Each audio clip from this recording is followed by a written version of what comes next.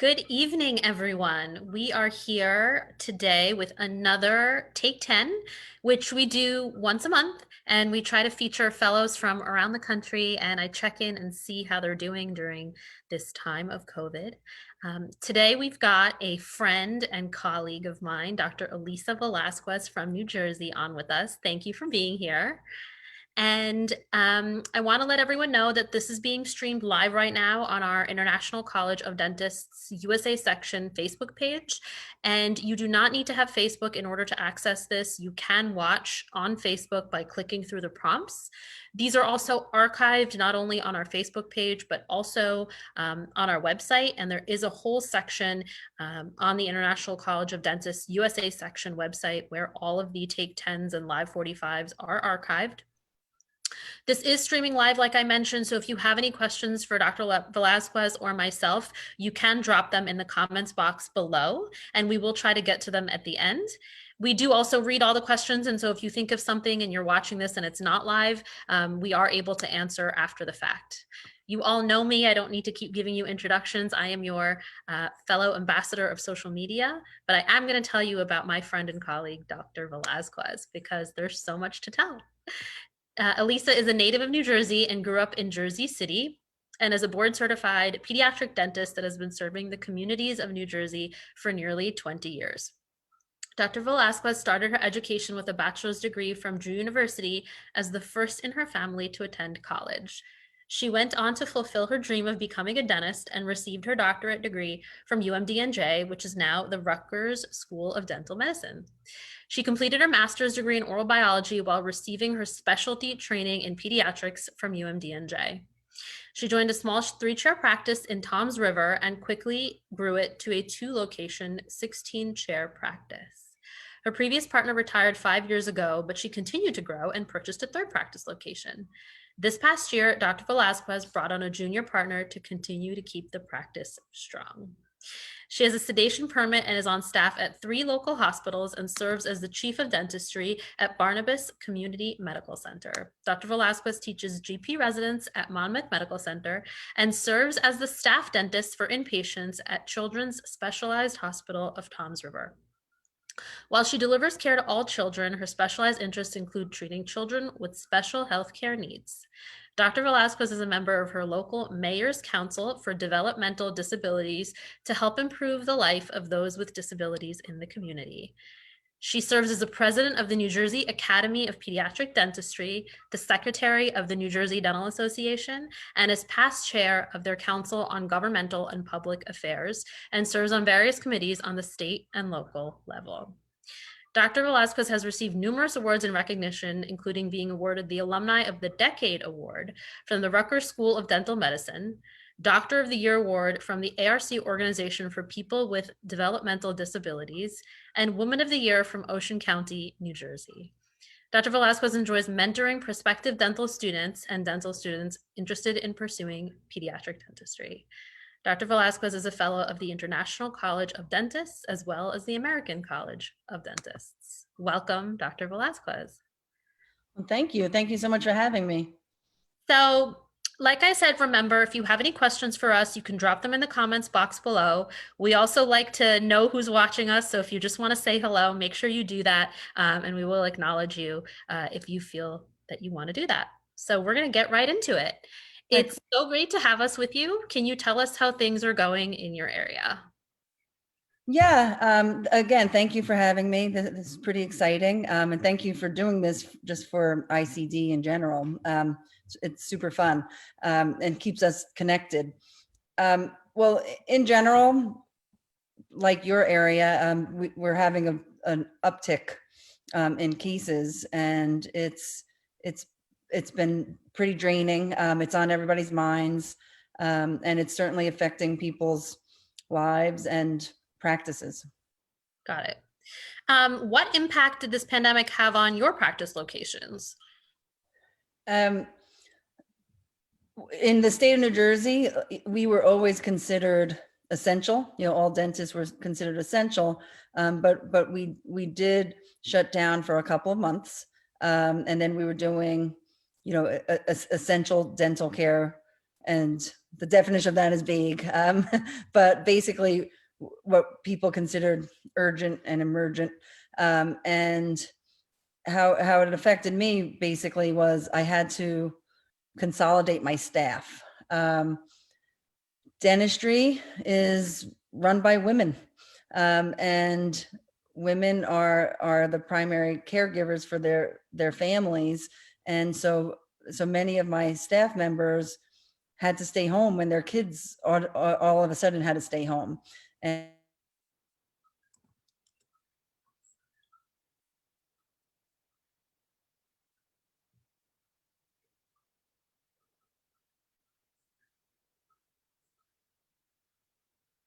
with COVID personally or in their families, it was really lack of childcare. And that's an issue in the whole country, frankly. So I had to consolidate my team.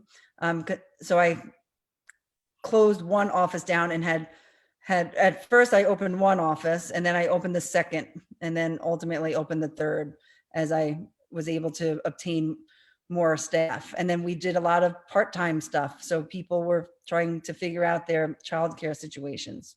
Yeah, I hear you. It was definitely difficult for us too, and trying to consolidate, especially when you've got multiple locations like you and I both do. And even now, as schools close, right? And now there's another scramble for childcare. And Yeah, it's happening again now because of Thanksgiving and the holidays coming up. yep, So we're trying to come up with a plan to be yeah, proactive. in this uncharted territory we're living in. How has your year as president of the New Jersey Academy of Pediatric Dentistry been? So we had to have a crash course in Zoom taking, and we had to switch basically our entire platform to virtual. All of our business meetings, our CE meetings. Our New Jersey chapter of the Academy of Pediatric Dentistry is very active. We have a lot of CE and meetings, and we just had to switch all of that to virtual. Then we had to figure out credits and how to just make it happen. But we did it. So I have a really great board that I work with, and I, I I really feel it made us more united than ever. The camaraderie was palpable. It was really, in retrospect, that was the special part of it. Um, there were all these like little private groups that I was part of. We were all picking each other's brains, and you don't have to do it alone. So we were just trying to learn from each other as we navigated PPE and PPP and all of that stuff. I hear you. I remember that was the Yeah, crash course in Zoom was the most difficult thing. And trying to, well, I mean, I'm sure you know better than me, trying to run a meeting or even be part of a meeting on Zoom is sometimes not so well organized chaos. exactly.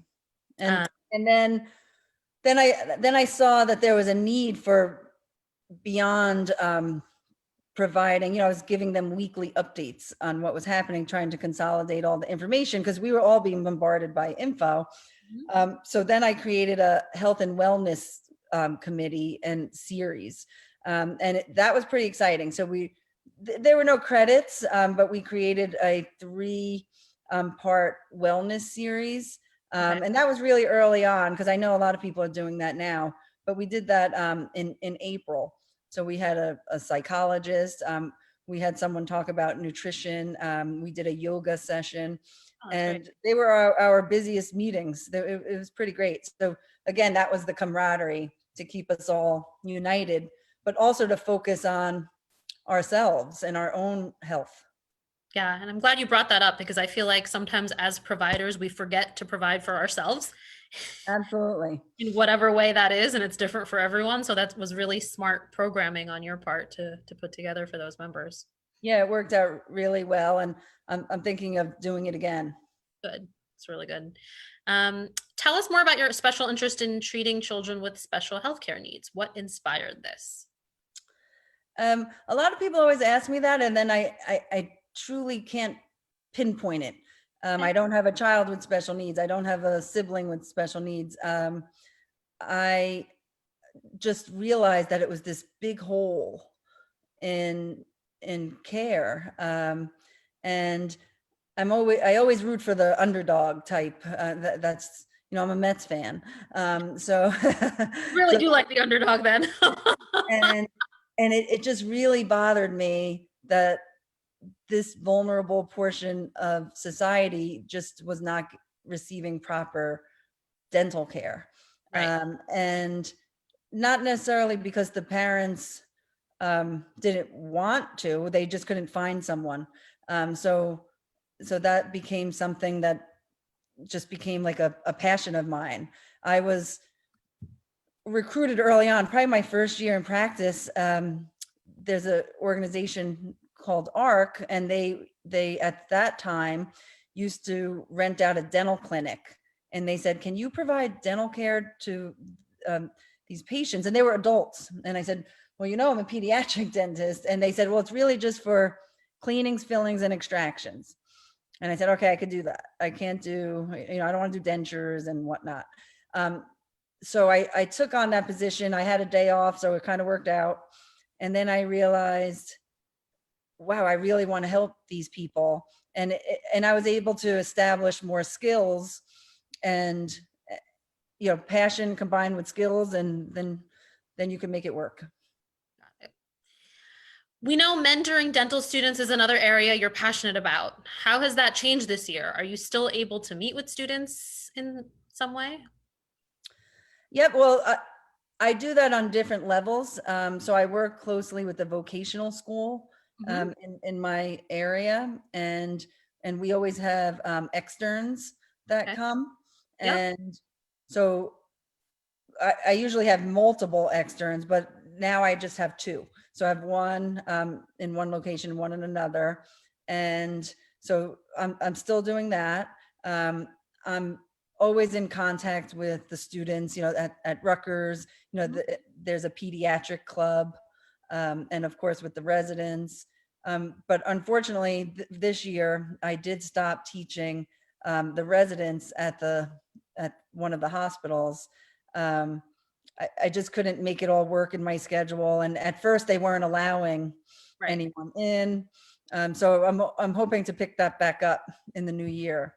But most of my mentoring is via phone calls or emails and whatnot. So less face to face these days. Got it. Well, I mean, I Just the feel face like, to face. Sometimes it's fun, just the new dentist committee stuff. yeah. Um, I'm I get invited to those things, so that's fun. But they're not really happening right now. Yeah, no, I hear you. That's my wheelhouse and trying to Right. That's probably how we met, I think. I think so. And then yeah, I think it was like new dentist committee stuff and then Washington leadership, ADA Lobby Yeah, Day, that's right. That's right. which didn't happen this year and I don't know if they're jamming 1100 of us into the Hilton in Washington in April. I know. And that was one of always my favorite events. Yeah, that was a really good one. And what a good experience for the dental students for that get to come to that. I mean, Mhm. Oh just yeah, because I've been going to DC probably for 10 years, and the way that it evolved was absolutely for the better by bringing in um, younger dentists and students. I'm just bringing that energy and diversity was a really smart move on ADA's side. yeah, and I know they're trying to do what they can in terms of programming and making sure that everyone knows that they're there for them, and especially the dental students because they are the kind of population amongst us that need the most help and guidance, especially during this time. I mean, I can't imagine what trying to finish requirements looks like right now. Um, I know that must be very stressful. the stressful enough as it was, and now Right. this A whole nother level of stress. like a whole new world of stress. I want to thank you for coming on with me and giving me just about 10 minutes of your time and letting me check in with you. Is there a good email address that people can contact you at that we can leave in the comments section if they have more questions about you or getting involved or pediatric dentistry? Yeah, absolutely. I welcome that. So anyone, please feel free to email me. My email it's my initials, EVDMD @yahoo.com. Got it. It's easy enough. So we'll make sure to everyone watching to leave Dr. Velazquez's email, as she just said it in the comment section. So if you think of anything, you can feel free to email her or just write it in there, and one of us will make sure that she gets the question. So next up is going to be a Live 45 interview on Wednesday, December 2nd. And joining us that evening is going to be a few members from the Everyone for Veterans program. The founder is Dr. Teresa Cheng.